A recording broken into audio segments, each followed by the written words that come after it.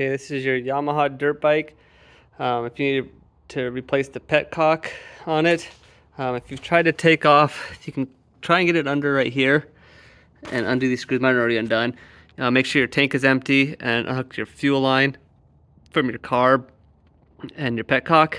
If you can't get these off or you feel like you're going to strip them out, then you may have to take the whole seat and the gas tank off. It's pretty easy. So the first thing you do is up under here, there's going to be two bolts. I wouldn't remove mine. They're going to be right here, right here, and right here. So you'll remove those, take them off. Then your seat will come right off. Next, you come over to the front of the gas tank. Right here, there's going to be two bolts that are like this. They're going to come off on this side, on the left-hand side of the bike. And the right-hand side of the bike, you're going to pull one out there as well. Then your tank will just pop right off, like so. Like I said, I already undid mine.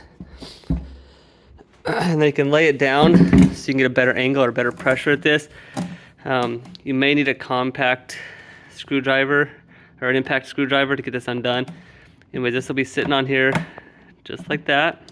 So you're gonna take and you're gonna unscrew both of these. You can expect it to see what's going on, see if it's clogged. You may not need a new Petcock.